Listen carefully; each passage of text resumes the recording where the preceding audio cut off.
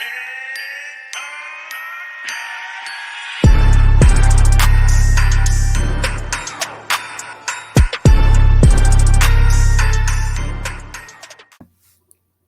if when Gohan was born, he was born with the same power Broly has, called Ikari? Would it change the events into Dragon Ball Z and Dragon Ball Super that much? We begin this tale during the Goku, Piccolo, and Raditz fight. Piccolo is off to the side, charging his special beam cannon to use against Raditz. Goku is there fighting off Raditz, but is overwhelmed by Raditz's power. But in the distance, in Raditz's space pod, is a young Gohan watching his father getting beaten around like a rag doll. Gohan can't take the screams of his dying father any longer. Back on the battlefield, Raditz has Goku on the ground, barely able to move. As Raditz goes in for the final blow, Scouter starts to go haywire. What the hell? This power is even greater than mine and still climbing higher. There comes Gohan, arising from the space pod in the distance, but there was something unfamiliar about him. There was a green aura surrounding him. Goku was amazed by his son's power. Leave him alone, Gohan murmurs. Then Gohan rushes towards Raditz and strikes a fatal blow to him. But Gohan is not done yet. The power still climbs higher and higher and slowly losing loss of reasoning, and then tries to go after Piccolo. With no choice, Piccolo uses special beam cannon he was charging to use against Raditz. But before Piccolo has a chance to stop, Gohan passes out due to being so overwhelmed by power. So then Goku is left no choice but to use every bit of energy left in him to push Gohan out the way and take the beam. And so there is Goku and Raditz there, both dying, as Piccolo walks up to Raditz to finish him. He says, "It's okay, you fools have your win today, but in 1 year there will be 2 Saiyans here to finish what I started, but they are immensely more powerful than me." Piccolo interrupts him by a beam to the heart, as in the main timeline, Goku remains dead for that year, while Piccolo takes Gohan with him to train and try to draw that mysterious power out again.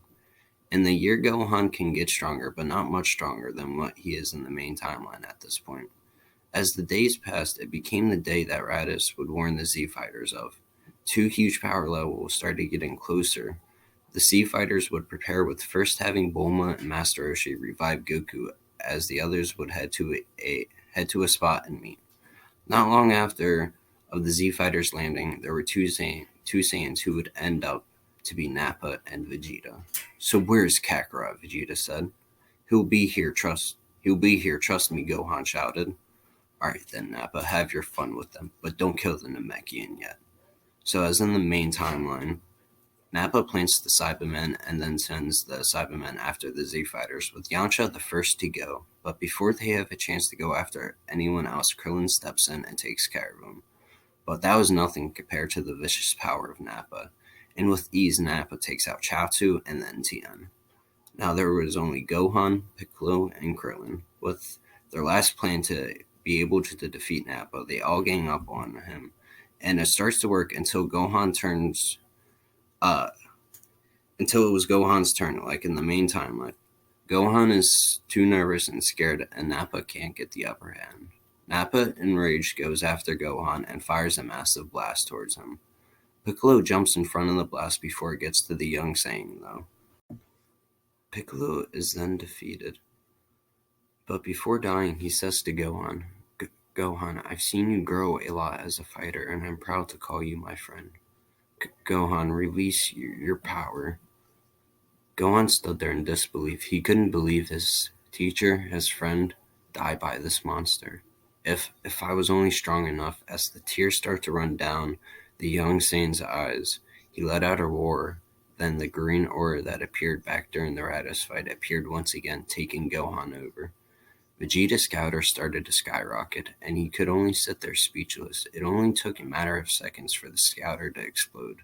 Nappa frantically yells, "Vegeta, what is this power, Vegeta?" Gohan then puts both of his hands over his head and yells, "Masenko." Nappa has no time to react and then is obliterated. But then as fast as the power appeared, it then disappeared, leaving Gohan unconscious. Vegeta could only think this must be the power of a legendary Super Saiyan, but it couldn't make sense. He was a mere child. Not only that, a child of a low-class warrior. But then another idea sparks to him. Gohan may be key to beating Frieza. Vegeta then starts to walk over to Gohan, but is then interrupted by Goku with a kick to the face, sending him flying. Goku then picks up Gohan and then walks over to Krillin to give him a senzu bean, and before Krillin can say anything, take Gohan and get out of here, and when he wakes up, give him this. Krillin then heads off with Gohan. Vegeta then emerges from the rumble, pissed off. Follow me if you want to fight, Goku screams. Ah, Kakarot, Vegeta says. Goku and Vegeta then fly off and begin to fight, and their fight goes relatively the same. Besides, Goku can catch Vegeta off guard with his Kaioken since he didn't use it against Nappa. As the fight goes on, Vegeta knows he is left with only one option and creates a full moon and triggers his Ozaru form, and then can turn the tables on Goku. As Krillin is flying off, Gohan awakes and asks, What happened? Did we win? Krillin stops and gives Gohan the senzu bean Goku gave him earlier. No, but your dad stepped in. But Gohan, if it wasn't for you, me and you probably wouldn't have made it out alive. And what was that power you were able to surpass your dad there? Krillin says, but Gohan is confused. I don't remember what you're talking about. Krillin then demands they keep moving, but Gohan refuses. No, Krillin, I can't. I can feel my father's energy draining. He won't last much longer, and if you're right and say I was able to suppress my father, I must be able to access that power again and use it to help my father against Vegeta. I can't sit on the sidelines like I did before, because if I didn't, all our friends would still be here. Yamcha, Tien, Piccolo. Krillin understands and goes off with Gohan. Back on the battlefield, Vegeta is beating Goku like a rag doll.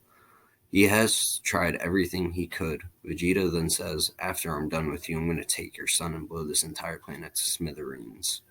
Gohan and Krillin arrive on the scene. Gohan sees his father having the life crushed out of him. Gohan then has a rush of emotions come up from everything these monsters have done to them. Then a glow of green aura surrounds Gohan once again as he lets out a giant scream. Vegeta is taken back by this power again, then takes this moment of Vegeta being distracted and charges a Destructo Disc at Vegeta's tail. Vegeta's tail is then cut off and reverted back to base form. Krillin then takes Goku out of the battlefield. As Vegeta is in shock, Gohan rushes in with a fist to the face, sending Vegeta flying. As Vegeta stands up and regains his balance, but as soon as he does, Gohan is standing there and then starts pounding on Vegeta. But the fight doesn't go on long. But Vegeta is beaten by the time Gohan passes out again. Krillin then starts to walk to Vegeta to end him, but as soon as he gets there, Gohan pleads like he did in the main timeline to Krillin. Vegeta chuckles, you pathetic human, you're gonna want to help me if you want a chance against Frieza. Then Vegeta passes out. I hope you all like this What If. If you want a part 2, hit that like button.